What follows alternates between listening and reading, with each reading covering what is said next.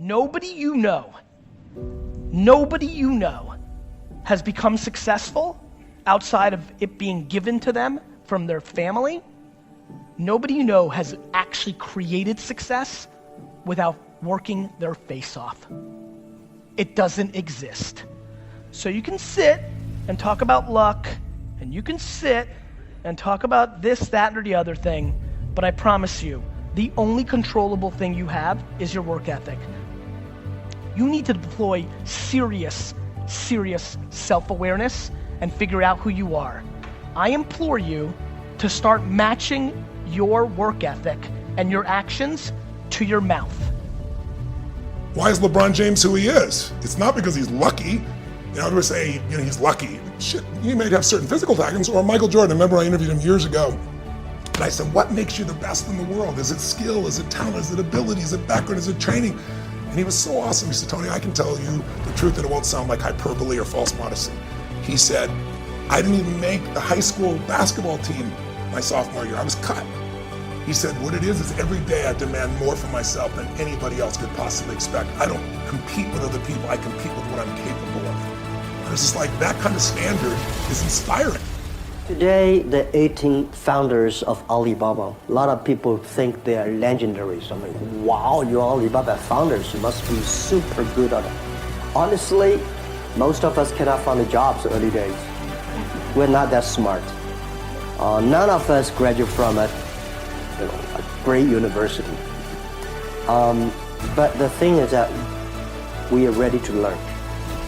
We believe in the future. If we work together, if we will learn, if we improve, we'll be there. I'd say the number one common thread of anybody that I work with is successful. Financial, athletes, people in politics, it's hunger. You and I both know intelligence is a pretty damn valuable tool, but there are a lot of very smart people who can't fight their way out of a paper bag.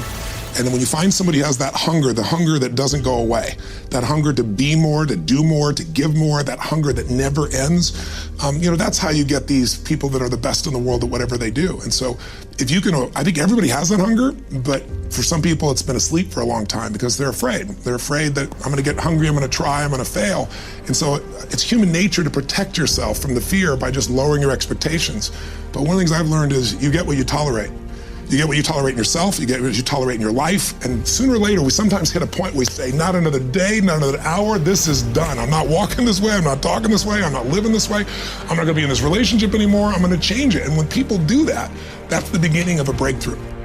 Success is not something you pursue, success is something you develop. People are often asking me, how do you develop an above average income? And the answer is, become an above average person. Develop an above-average handshake. Some people want to be successful, and they don't even work on their handshake. As easy as that would be to get started on, they let it slide. They don't understand. Develop an above-average smile. Develop an above-average intelligence. Develop an above-average interest in other people. Develop an above-average intensity to win. See, that will change everything. Learn to work harder on yourself than you do on your job. The first decision that you're making of the day is to actually get up and get moving. That means you are persistently bigger than your excuses. You are persistently bigger than feeling lazy. And you are persistently beating the feelings that typically stop you. So when you go so hard, mentally, physically, emotionally, spiritually, you have to have time set aside to quiet and recover. Recovery's big, the mind, especially the mind and the body. This is my time. There's no phone calls, there's no emails. The world does not exist because I have to get ready for tomorrow. Get the body opened up. Why? Because as I won't get, but your body's getting tight. You go hard. A lot of people go hard. What happens is that stress starts to tighten up that psoas muscle. Because I always say life is the dance between what you desire most and what you fear most. So if you can expand your desires and break through your fears, you expand your life massively. It's about what you're saying to yourself, but it also comes with work. So whenever I was getting beat down, physically, mentally, spiritually, whatever I was going through, it's saying, I would put, you can't hurt me. A lot of people start from a good starting point. They have a good foundation. What if you can surpass all of these have everybody who was way up here, started up here. And you started with no legs. You had to grow legs to even start walking, and then crawling, and then running. And then you start passing people with all this given to them. I had to use all this negative shit that was making me weak and horrible as a person. I had to use this as the power that now fueled me. I had to flip it on its head and say, hold up. This might be exactly what I need.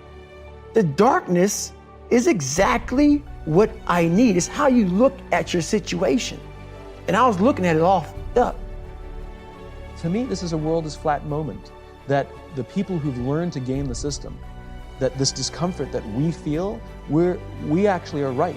Like, they actually don't understand the game they're in. Business is an infinite game, and when you play with a finite mindset, lots of people suffer, including the companies that they themselves are trying to build. That's the great irony. The great irony is the way you build great companies is with an infinite mindset. The way you build great companies is by prioritizing people before profit. The way you build great companies is will before resources. Both things important, but there has to be this general leaning where we can feel, when we come to work and feel like we're part of something bigger than ourselves, where we feel that our work and our effort is worth more than simply the money we make. Stop being this high school dropout. Stop giving up. Stop sleeping on the street. Stop walking up and down Finkel Avenue like you ain't got nothing, and get your GED. Stop being afraid to take a test. Who are you right now? And who must you become in order to create what you want? What has to change about you? You're not going to be the best. You're not going to catch the best if you're not intentional and deliberate. And there are those of you in your space, and whatever you're trying to do, you don't even represent the best in your space, and you still not giving 120. You're trying to catch the guy, you're trying to catch the female, that's the best, and you're waking up and giving me 70%, you're giving me 80%, but yet you have these dreams that you're gonna be the best. How? And lots of people are hopeless and nihilistic, way more people than you think. And part of that is because no one's ever really encouraged them. And the only way to do great work is to love what you do. If you haven't found it yet, keep looking. Every single thing you said you wanted to accomplish, you wanted to do, guess what? We still got time, baby. It is not lost. You still have time. That's right, you still got time, baby. This isn't about playing basketball like Michael Jordan, Kobe Bryant, Dwayne Wade. There's guys in the NBA that never gonna play basketball like that. This is about being able to think like a champion. Know what goes on in their heads. Understand how you can relate it to your business and whatever you do to take yourself to the next level. Many of you, as I have been, as I am, are where you are in your life based upon what you believe. And it's not just what you think you believe on the surface, it's also your shadow beliefs that are holding you back from moving into the life that you believe you deserve. What I know is if you're not looking at the shadows, if you're not looking at what is subconsciously running through the tape in your mind, telling yourself you're not good enough, you're not worthy enough, you're not smart enough, you're not enough, which is a tape that's playing for a lot of people. If you're not conscious of that, then you end up acting out of that belief system and not out of what you know to be the truest or want to be the truest for yourself. You don't become what you want because so much of wanting is about living in the space of what you don't have. That's why Jim Carrey's story is so powerful, because he started to act as though he already had it.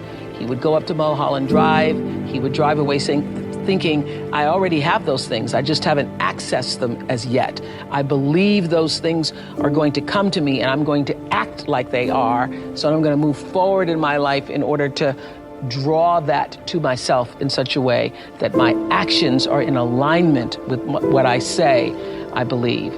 So if you start to think about that, really, why are you where you are in your life? The choices that you have made have been because... What makes for a bad day is snoozing, starting your day off late, starting your day off tired, starting your day off by mainlining everybody else's news feed on social media and looking at everybody else's life and saying to yourself, oh my God, they're on vacation, or gosh, they look so great, or their friends are so fancy, or my gosh, they've got so money. You start off your day looking at that, you're never gonna have a good day. You gotta start off your day by getting up on time, figuring out your priorities, and then getting to work on them. I think the single biggest reason why people have bad days is because they start them off by looking around at everybody else and seeing what they're doing instead of having the focus and the discipline to actually start your day off with you in control and with your priorities front and center.